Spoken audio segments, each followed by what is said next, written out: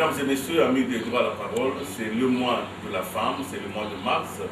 Ça nous donne l'autorisation d'aller frapper à des portes qui sont restées closes pendant très longtemps. Et la porte que j'ai frappée aujourd'hui, effectivement, elle est restée très close pendant plus d'une année. La dame que je reçois aujourd'hui n'a pas voulu parler et aujourd'hui elle a accepté. Au nom de ce combat qu'elle mène depuis de très longues années, vous avez compris, je reçois pour vous Madame Catherine Moussoussou. On ne nous présente plus Madame la Présidente, parce que vous restez présente à vie. Merci donc d'accepter de nous recevoir chez vous ici. Quel est le message principal que vous voulez adresser à la femme à l'occasion de cette fête qui a été quand même modifiée dans son protocole de cette année? Ce que je pourrais dire que la femme, c'est un être à qui Dieu a donné beaucoup de dons.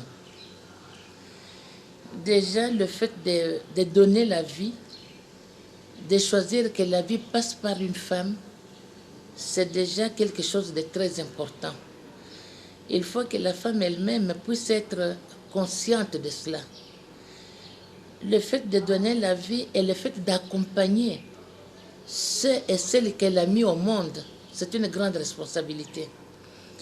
Parce que les enfants qui sont bien encadrés dès le bas âge, filles ou garçons, ce sont des enfants qui vont grandir sans complexe.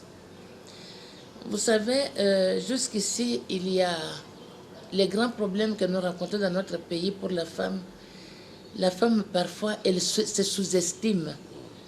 Elle sous-estime, elle croit que pour être bien dans la vie, il faut d'abord avoir de l'argent et il faut faire la politique. Souvent, on pense comme ça. Ce n'est pas bien. Moi, je demande à ce que la femme puisse s'impliquer dans tout ce qu'elle fait, et cela à tous les niveaux de responsabilité. Si elle est une bonne épouse qui s'occupe bien de son foyer, de son mari et de ses enfants, c'est une famille qui donnera des enfants qui vont bien grandir, qui vont bien étudier et qui seront bien pour la communauté. Si elle est une bonne mère, même si elle vit seule et qu'elle encadre bien les enfants, ce sont les enfants qui vont grandir sans complexe. Si elle est dans les affaires, l'argent quand même, elle conditionne tout. Si elle fait très bien ses affaires, c'est une femme qui sera épanouie parce qu'elle aura la facilité de répondre à certains besoins vitaux de la vie qui nécessitent qu'on puisse détenir le moyen.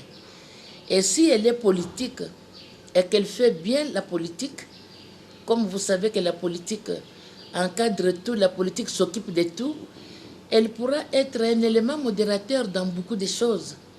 En politique aujourd'hui, les grands problèmes, la grande réflexion, à mon avis, doit tourner autour de qu'est-ce qui est à la base de la multitude de milices que nous avons. Or, après la Seine City, lorsque nous étions à la Seine City, nous avions pris l'engagement de ne résoudre nos problèmes que par les moyens pacifiques. Par le dialogue. Par le dialogue. Et le dialogue n'est pas du tout un signe de faiblesse. La politique est faite de dialogue, la politique est faite de concessions, la politique est faite de compromis. Et tout cela doit passer par le chemin d'un dialogue. Ce n'est pas du tout un signe de faiblesse. Et pour ceux qui peuvent prendre cette initiative, et pour ceux qui sont impliqués à s'impliquer pour un dialogue. Donc, la femme là-dedans peut jouer un grand rôle.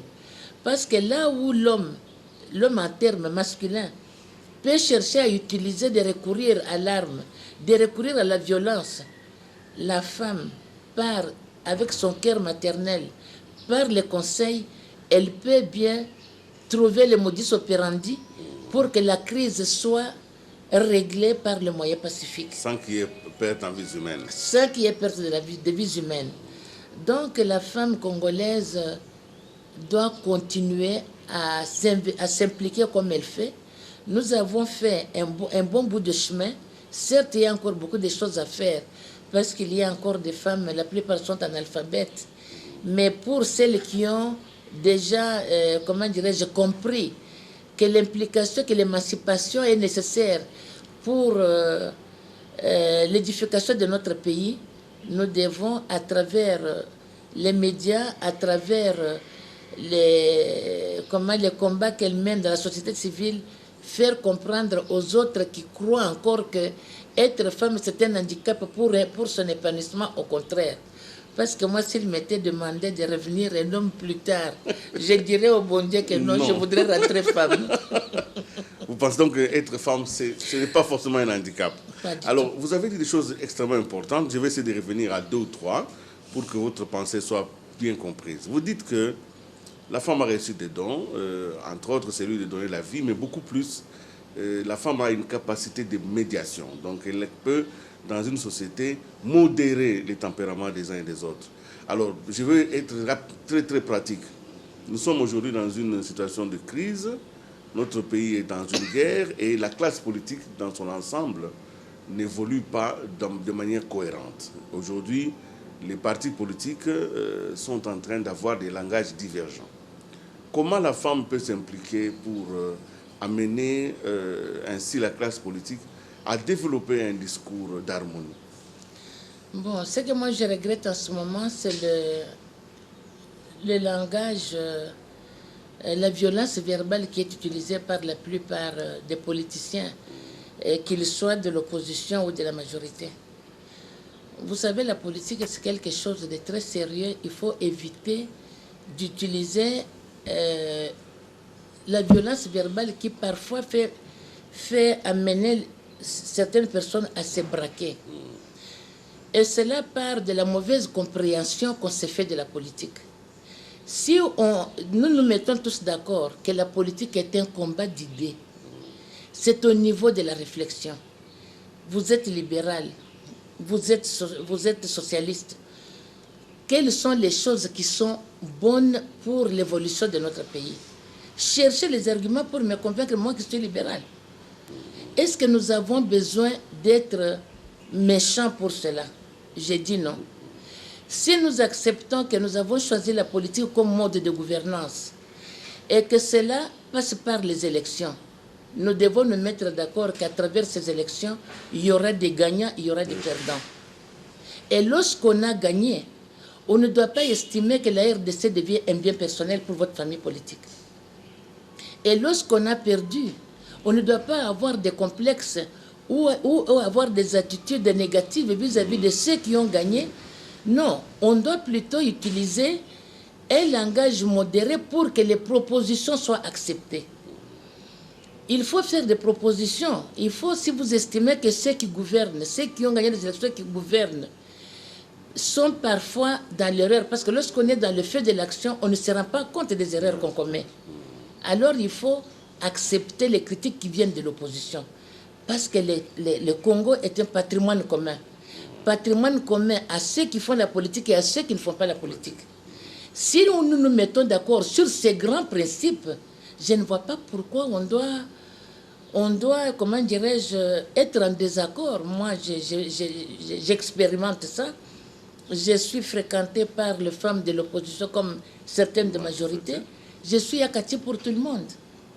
J'ai un conseil approprié pour chacun. Pour même parmi les amis, oui. Pourquoi on doit être... Nous sommes des adversaires, on n'est pas des ennemis. Croire qu'on a des ennemis en politique, c'est une mauvaise approche.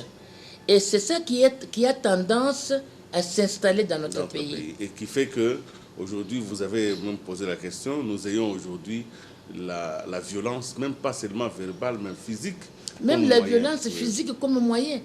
On ne laisse plus les politiques s'exprimer facilement. Évidemment, on s'exprime sur les plateaux de télévision, mais ce n'est pas suffisant. À travers les marches, c'est un moyen d'expression. Plusieurs fois, l'opposition demande à marcher. Souvent, on l'empêche de marcher. Pourquoi? Les gouvernants doivent comprendre que lorsque on met souvent les freins à ceux qui veulent s'exprimer, on crée des frustrations et les frustrations nous empêchent d'avoir une bonne cohésion nationale. Il faut plutôt autoriser la marche, mais encadrer cette marche. Alors, parce que vous avez cité le mot vous-même, cohésion nationale, nous y sommes. Le chef de l'État a lancé un appel à la cohésion nationale depuis, je crois, son discours du 15 décembre 2012 devant le Congrès. Depuis lors, nous ne sommes pas encore à cette cohésion nationale parce qu'elle n'est pas encore vraiment établie, parce qu'on parle de concertation. Mais quelle est d'abord votre première réaction par rapport à ce message du chef de l'État? Comment vous l'avez analysé et quelle peut être votre contribution à la réflexion aujourd'hui ambiante, hein, qui est quand même assez polémiste? Bon, moi, je pense que c'était une bonne décision parce que ignorer qu'il y a une crise dans notre pays, ça sera, ce n'est pas bien. On parle de la crise de légitimité. Le président a été élu avec 42%, mais il y a 58% autres. Qu'est-ce qu'ils disent? Sont-ils contents? Sont-ils à l'aise? Et cela nécessite un dialogue à travers un forum où, si on le fait bien, nous pouvons arriver à des accords politiques qui peuvent nous permettre de nous mettre d'accord sur un certain nombre de choses. Mais le problème est dans la préparation et dans le sens qu'on veut donner à ce dialogue. Il y a ceux qui pensent que le dialogue, c'est une occasion pour déstabiliser les institutions qui existent. Moi, je dis non. Si on veut déstabiliser les institutions, si on y va avec la volonté de déstabiliser les institutions, c'est une manière d'aggraver la crise. Il faut plutôt donner aux institutions qui sont présentes la chance de prendre en compte les points de vue de ceux qui sont frustrés. Il y a beaucoup de problèmes politiques qui nécessitent un recadrage. C'est pour cela qu'il aurait fallu que chaque composante, il y a 3 composantes, il y a la majorité, il y a l'opposition, il y a la société civile, que chaque composante prépare son cahier de charges. Pour l'opposition, quelles sont les choses qui peuvent être soulevées lors de ces dialogues pour que nous puissions avoir une bonne cohésion? 1, 2, 3, 4.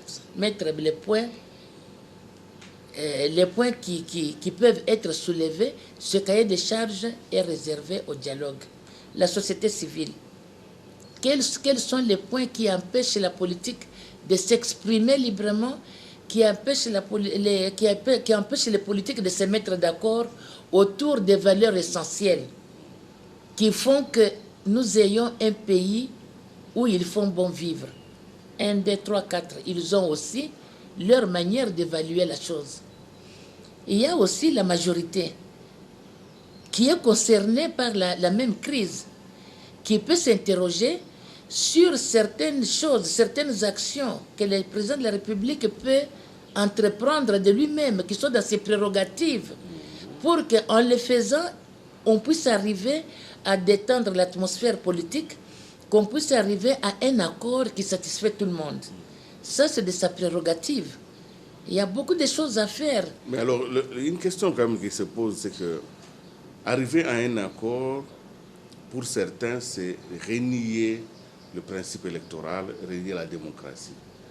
Alors, cet accord sera, dans quel sens va-t-il être pris? Si c'est un accord comme on l'a fait à Sun City, alors qu'il y a eu des élections, c'est renier le processus électoral.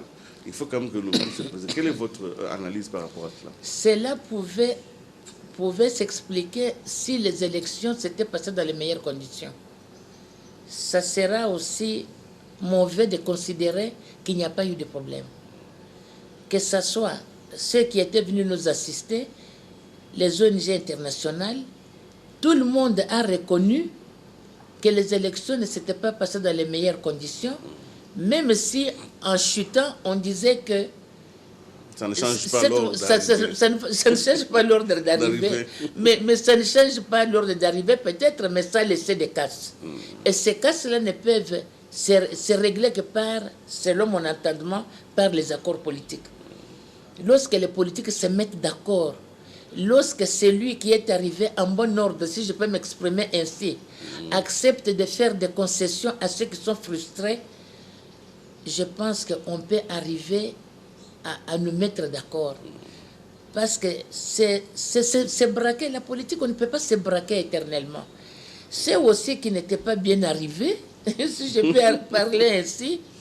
On ne doit pas, la politique elle est dynamique, elle n'est pas statique. Il ne faut pas toujours voir les choses de mauvais côté. Et aussi la politique, c'est un rapport de force. Il faut accepter ce réalisme-là. Parce que vous parlez de rapport de force, alors nous avons donc deux têtes d'affiche. Nous avons le président Joseph Kabila, nous avons Étienne Tshisekedi, le président de l'IDPS. Aujourd'hui, vous êtes une voix qui est écoutée. Les gens viennent vous voir en privé, ils prennent vos conseils. Le peuple devrait savoir que vous êtes en train d'aider les uns les autres. Si possible aujourd'hui, quel message vous pouvez envoyer à l'égard du président de la République en ce qui concerne la question de la cohésion, mais aussi au président de l'IDPS en ce qui concerne son éventuelle participation ou non à ce combat qui est aujourd'hui le nôtre de la cohésion nationale? Ça, c'est une question très importante, Willy. Je vais essayer un peu de te donner mon point de vue parce que tu m'as posé la question. Je commence par le président de l'UDPS. Le président Tshisekedi, c'est une grande personnalité de notre pays. Je l'ai eu comme quand il était ministre de l'Intérieur et moi j'étais bourgmestre de la Gombe en 1967. Oh. J'étais très jeune, je n'avais que 24 ans. Donc c'est un homme, j'ai suivi son parcours. C'est un homme qui est intègre, mais qui est souvent, qui a tendance à ne pas souvent accepter les compromis. Les mauvais compromis en politique, c'est lorsqu'on doit se compromettre. Mais accepter les compromis qui peuvent nous amener à une détente en politique, je pense que ce n'est pas une mauvaise chose. Dans mon introduction, je vous avais dit que la politique est faite de compromis. La politique est faite d'échanges. La politique est faite de concessions et la politique est faite de dialogue. Et lorsqu'on refuse ces choses-là, je pense qu'on tombe dans les revers, on risque d'être considéré comme pas intransigeant, comme dictateur. Et on s'est mis d'accord que nous ne voulons plus d'une dictature. Alors dans ce cas-là, si on ne veut pas d'une dictature, on doit accepter de dialoguer. Il faut qu'il mette de l'eau dans son vin.